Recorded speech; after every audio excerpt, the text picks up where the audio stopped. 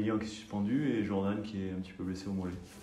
Donc, qui ne peuvent pas prétendre être dans le groupe ce week-end. La suspension de Lilian va te faire changer ta défense contre. C'était à Lille, c'est à Charles qui avait joué là. Il y a aussi Julien qui peut jouer. Ouais. Comment tu joues? On est encore en réflexion, donc c'est vrai que il faudra trouver une autre animation défensive. Donc on verra. Mais pour l'instant, encore un entraînement demain et chaque jour suffit sa peine. Ton choix n'est pas arrêté du tout encore? Non, pour l'instant non. Montpellier, c'est de ton expérience brestoise, c'est peut-être le match le moins abouti que vous avez fait l'année dernière à Montpellier. C'est vrai. Je suis d'accord. Et puis c'était la première défaite aussi. Ouais. Donc non, c'est vrai que c'était un match pas très abouti. Je crois qu'au match aller, il y avait un match qui n'était pas très abouti non plus. Donc sur la double confrontation, ça fait 10-0 l'année dernière, donc c'est vrai que ça fait un peu beaucoup, quoi. J'espère qu'on fera mieux cette année. Maintenant, pas trop difficile peut-être. Donc c'était un match en plus où on a typiquement le genre de match qu'il ne faut pas faire contre eux, c'est-à-dire on encaissait un but rapidement, alors sur un coup du sort parce que c'était Christophe Herrel qui avait marqué contre son camp. Et après derrière, au lieu de rester dans notre schéma, on avait déjoué complètement avec la volonté de revenir au score rapidement, de ne pas être équilibré, d'être en difficulté sur les transitions. Donc c'est vrai que c'était un match à oublier. Juste pour en revenir à la suspension de Lilian, ça va ouvrir des portes. Il y a pas mal de joueurs prêtés qu'on n'a pas encore trop vus. Comment est-ce que tu gères cette situation? Est-ce que on va rentrer dans la saison des suspensions, des blessés? Ouais, et puis en plus l'accumulation des matchs aussi. Parce que là on va avoir quelques matchs sur de Strasbourg qui a été remis. Je crois qu'on va faire 6 matchs en 24 jours, un truc comme ça. Donc forcément, on aura besoin de tout le monde. Donc non, c'est vrai que y a des joueurs un peu plus déçus que d'autres, forcément, parce que quand tu joues moins ou très peu, c'est jamais très, très, très, très valorisant pour un joueur. Après, nous, on essaye de garder le lien avec eux, notamment certains qui s'entraînent bien et qui mériteraient aussi de jouer. Et c'est le cas de beaucoup. Donc il faut qu'ils gardent cet esprit de compétition, cette concurrence. Et après, ces garçons-là, ils ont pas l'obligation, mais après, quand ils auront leur chance, il faudra qu'ils soient bons, tout simplement. Il y a cette difficulté de rentrer dans une équipe qui tourne aussi. L'équipe, elle tournait bien toute saison. Au début, c'était plus compliqué. Aujourd'hui, c'est vrai qu'on reste sur une série quand même difficile, même si, effectivement, il y a eu des matchs contre des grosses équipes. Mais j'oublie pas quand même qu'on reste sur 2 points sur 15 possibles, les 5 derniers matchs. Donc il est évident que pour nous, la priorité aussi, c'est d'être capable de relancer la machine. Et puis dans ces 6 matchs qui nous attendent avant la trêve, qui sont des matchs face à des équipes de notre championnat, on va dire, de repartir pour valoriser ce qu'on avait bien fait en début de saison, quoi. Donc voilà, c'est un petit peu l'objectif depuis que tout le monde est rentré de ces quelques jours de repos. Est-ce que Achraf il a été touché par sa petite erreur contre Lille? En tous les cas, forcément qu'il l'a été, mais en tous les cas, il l'a pas trop montré dans le match parce qu'au-delà de cette erreur, après, il a fait un match plein, quoi. Donc Achraf fait partie de ces garçons qui s'entraînent bien, qui est dans la mentalité, qui sont professionnels et qui veulent saisir les opportunités quand elles se présentent. Après, on sait quand on est défenseur central et qu'on fait ce genre d'erreur, on paye souvent cash et que ça se voit beaucoup plus qu'un milieu ou qu'un attaquant quand il fait un mauvais contrôle ou qu'il perd un ballon. C'est ça qui est difficile. Ce sont des postes qui sont exposés. Donc voilà, mais bon, en tous les cas, on garde nous, en tous les cas, staff, beaucoup de confiance envers Achraf. Après Monaco, il avait quand même été beaucoup question d'arbitrage. Un peu. Je sais pas pourquoi. Il n'y a pas eu grand-chose qui s'était passé, quoi. Le remplacement de Le Doiron, ton choix de remplacer Le Doiron par Cambron, du coup, était passé presque inaperçu au détriment de Brahimi. Est-ce qu'il faut voir Brahimi préfère jouer à droite et Cambron préfère jouer à gauche. Donc Jérémy, c'est l'expérience. Il y a ça, et puis il y a aussi ce que je vois à l'entraînement, et que Axel était et sur ses rentrées et sur ce qu'il nous montre tous les jours à l'entraînement, était un garçon qui était en forme, qui propose des choses, marque des buts à l'entraînement, fait des différences. Donc voilà, j'aime beaucoup Axel. Je pense à un gamin qui va venir, s'il continue à garder la tête sur les épaules et qui continue à travailler comme il le fait. Donc voilà, c'est aussi pour le récompenser par rapport à ça. Après, Bilal en plus a eu une petite alerte alors après le match de Monaco, c'est-à-dire dans la période internationale. Donc il a une semaine, la semaine dernière, un petit peu tronqué, où il s'est pas beaucoup entraîné, mais là il a repris son douleur, donc c'est plutôt bien. Et là il a fait un très bon entraînement. Donc que ce soit Bilal, que ce soit Axel, ce sera des garçons qui ont forcément leur mot à dire dans les prochains matchs. Par rapport à l'arbitrage, tu avais posté un message sur Instagram 5 jours après Monaco. Ouais. Le timing, c'était quoi? Tu avais besoin de parler? Non, j'ai besoin. Bon, comme c'est mon réseau social, j'ai la possibilité de mettre un peu ce que je veux dessus. Et puis comme on n'avait pas de match, forcément, ce truc-là, voilà. Et puis c'était aussi pour clarifier vraiment de ce que je pense de la situation et du système, en fait. Qui est pour moi, en fait, un système que, comme je l'ai dit, qu'on espérait plus juste et plus éthique, et qu'en fait c'est un système qui fait toujours par l'interprétation, et on en a bien échangé d'ailleurs avec Stéphane Lannoy quand il est venu cette semaine. En fait, rien ne change qu'à l'époque où les arbitres avaient une interprétation sur le match, et quand ils devaient prendre une décision dans l'instant, et qui n'était pas facile pour eux, mais en fait on avait, nous, en tant que joueurs, quelque part, ou en tant que staff, entraîneur, enfin je sais pas, beaucoup plus d'indulgence vis-à-vis d'eux, parce qu'on sait que c'est très difficile d'arbitrer, et on le voit tous les jours dans l'entraînement quand on arbitre nos joueurs, et que ça fait même des polémiques, nous, des fois, à l'entraînement, parce que les mecs ils veulent gagner, et que si tu ne cites pas une faute, ils considèrent que...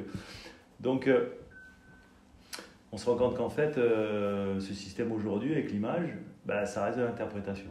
À part la goal line et à part, on va dire, le hors-jeu, qui est pratiquement maintenant indiscutable, parce que bon, tu fais...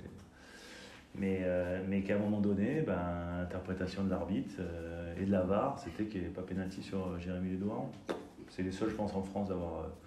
Et l'arbitre, Stéphane Molana, nous a confirmé qu'ils auraient été en attente d'un pénalty, et que du coup, l'arbitre du Champ a été moins bien noté sur ce match-là par rapport à cette erreur qu'il trouve manifeste. La mort reconnu que la VAR aurait dû appeler l'arbitre? Il n'a pas reconnu qu'il aurait dû appeler l'arbitre. Il a dit que l'arbitre étant très bien placé, pas gêné, très proche de l'action, pour lui, il attendait qu'il siffle pénalty. Maintenant, il dit que c'est pour ça qu'on ne va pas en faire des tonnes, et puis qu'à un moment donné, moi j'ai envie de passer à autre chose aussi. C'est pour ça que c'est tellement compliqué, parce que la VAR t'appelle si pour eux il y a une faute manifeste, et la VAR, la faute manifeste, elle est traduite sur des fautes de pied ou de jambes, mais pas de haut du corps. Donc là, c'était une poussette. Voilà, la VAR, alors... et après, la chose que je ne savais pas aussi, qui est importante, et je ne suis pas sûr si vous le savez, moi, souvent, l'arbitre, quand je disais « vous n'allez pas voir la VAR », il me disait « non, ils ne m'ont pas appelé, donc je ne vais pas voir ». Donc je pensais qu'avec la VAR, qu'il pouvait saisir l'arbitre. Mais on nous a confirmé que l'arbitre, s'il avait un doute, il pouvait demander à aller voir les images de lui-même aussi. Ça, c'est ce que je ne savais pas. C'est pour ça que après le match, je dis, moi, j'en veux pas l'arbitre, j'en veux la VAR. Mais du coup, alors, j'en veux plus à l'arbitre, du coup. parce que je me dis, il aurait pu, vu la situation, vu l'antériorité de ce qui s'était passé avant, en plus, il aurait pu juste aller checker la VAR. Après, si lui, comme je dis, il aurait vu les images, il aurait peut-être décidé de ne pas siffler pénalty quand même. Et c'était son interprétation. Donc ça veut dire qu'aujourd'hui, on n'a pas avancé, on est dans l'interprétation. Et quoi qu'il arrive, soit d'image, soit de ressenti sur le terrain. Et que c'était mieux avant, du coup. Parce que du coup, quand on a les images, maintenant, on a l'impression, pour certains, c'est des choses qui sont flagrantes, et puis pour d'autres, non, en fait. Et puis même, Stéphane Molana nous a dit, nous, on fait des débriefings de match, on est des fois assis autour de la table, et on n'est pas tous d'accord. Donc voilà, vous êtes toujours lié à l'interprétation de l'arbitre et de la VAR, donc aujourd'hui. En même temps, c'était bien d'échanger, c'était bien que les joueurs puissent aussi parler. Voilà, il y a eu un très bon échange, et puis je trouve que c'est plutôt constructif pour la suite. Après, ça a permis d'apaiser les choses, non? Je pense, parce que c'est toujours bien par rapport à ta question, justement, c'est dans ce cadre-là aussi que moi j'ai fait mon espèce de billet d'humeur, parce que ça permettait justement aussi de passer à autre chose, même si maintenant on revient dessus. Donc Donc voilà, donc c'est vrai que maintenant on place au terrain et puis on sera lié aux interprétations futures. Ça reste dans l'actu quand même parce que tu seras suspendu. Pas pour le match de Montpellier. Non, pour le match de Clermont. Comment tu juges cette suspension? Tu savais qu'en disant ce que tu as dit en conférence de presse, tu t'exposais à ça ou tu l'as trouvé sévère? Je vais m'abstenir de continuer à parler de ça. Voilà. Bon. Donc je trouve que la commission discipline a fait ce qu'elle avait à faire puisqu'elle a été saisie. La seule chose que je regrette un peu, c'est que j'ai l'impression qu'elle a été saisie parce que justement on a plus parlé de ça. Et c'est ça que je regrette un peu. Parce que sur le match de Monaco, on marque 2 buts. Potentiellement un 3e avec un pénalty qui aurait dû nous être accordé. On tire une fois sur la barre. On tire une fois sur le poteau. On est Brest, on est à Monaco. On fait tout ça dans le match. Et après on parle de ça, alors que je pense qu'il y a beaucoup plus dans le contenu à parler, plutôt que de parler que de ça. Donc la commission fait son travail, moi je dis ce que j'avais à dire, et puis après on accepte les décisions de la commission de la Ligue disciplinaire. Tu évoqué la série jusqu'à la trêve, calendrier plus ouvert, ça va conditionner pour toi ces 6 matchs la saison? Moi je pense que ça va conditionner en tous les cas le bilan qu'on fera à la fin des matchs allés. On a fait un bon début, on a un creux là actuellement en termes de points, pas forcément en termes de contenu, en termes de points. Voilà, le contenu moi j'aime bien, mais je préfère des fois avoir moins de contenu et marquer des points, ça n'a pas été le cas. Donc je ne veux pas me raccrocher au fait de dire mais c'est pas grave parce qu'on a du contenu, non. Aujourd'hui il faut prendre conscience quand même que c'est 2 sur 15 sur les derniers matchs. Après,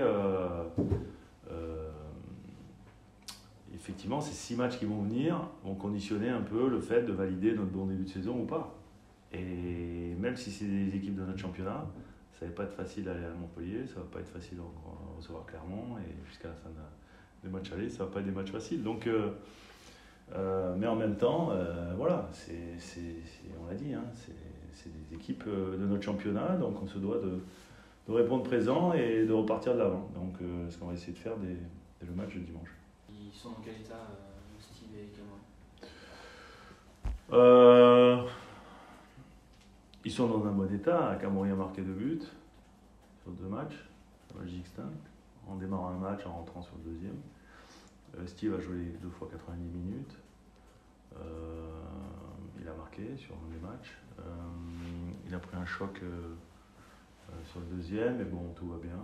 Donc non, je les retrouve en bonne condition. Bradley a joué peu, mais il a joué une trentaine de minutes, je crois, avec les espoirs. Donc globalement, non, ils reviennent dans des bonnes dispositions et dans des bonnes... en tous les cas, avec la volonté de nous aider si on a besoin d'eux pour ce week-end. Donc il n'y a aucun problème par rapport à ça. Donc on verra comment on va s'organiser. On a eu beaucoup de temps parce que, vous savez, on n'a pas joué pendant un petit moment. Donc on a beaucoup travaillé à l'entraînement, on a pu travailler d'autres systèmes. Donc on verra comment tout ça va se mettre en place sur le match de Montpellier. Un mot sur les 3 prolongations aussi qu'il y a eu dernièrement. C'est plutôt une bonne nouvelle pour le club, je trouve. C'est déjà des joueurs qui sont importants, des joueurs qui, notamment comme Robin qui était en fin de contrat à la fin de la saison. Donc le fait qu'ils prolongent sans forcément attendre ce qui va se passer, on sait que tous les joueurs qui arrivent en fin de contrat, des fois, ont peut-être la volonté d'attendre. Donc ça veut dire qu'ils se sentent bien ici, qu'ils sentent qu'ils sont capables de s'épanouir sportivement. Donc c'est plutôt une bonne nouvelle pour le club, une bonne nouvelle pour moi et pour notre staff. Parce que ça veut dire qu'ils sont aussi contents de travailler avec nous. Donc voilà, je pense que c'est valorisant pour tout le monde. Et bravo à Greg de les avoir prolongés, parce que c'est des joueurs qui, effectivement, comptent dans notre effectif. Et notamment la prolongation de Pierre, on sait qu'il a été quand même sur le contrôle depuis qu'il est arrivé. C'est quand même... Tu disais qu'il était sous-côté, qu'il pouvait jouer top 5 Ligue 1, de pouvoir le garder, le prolonger comme ça. Et j'allais dire que pour Pierre, c'est un petit peu différent des 2 autres, parce qu'il est un peu plus vieux. Donc bon, je pense que Pierre, il est un joueur atypique. Il n'est pas un joueur... je pense dans la mentalité, c'est-à-dire que lui, ce qu'il a envie, c'est de se sentir épanoui, et puis je pense que c'est ce qu'il ressent ici, donc quelque part, pour lui, je pense que s'il a prolongé, c'est qu'effectivement, il se sentait capable de s'inscrire dans la durée. Donc effectivement, c'est comme je le dis, hein, et avec les 2 autres, c'est plutôt une bonne nouvelle pour le club.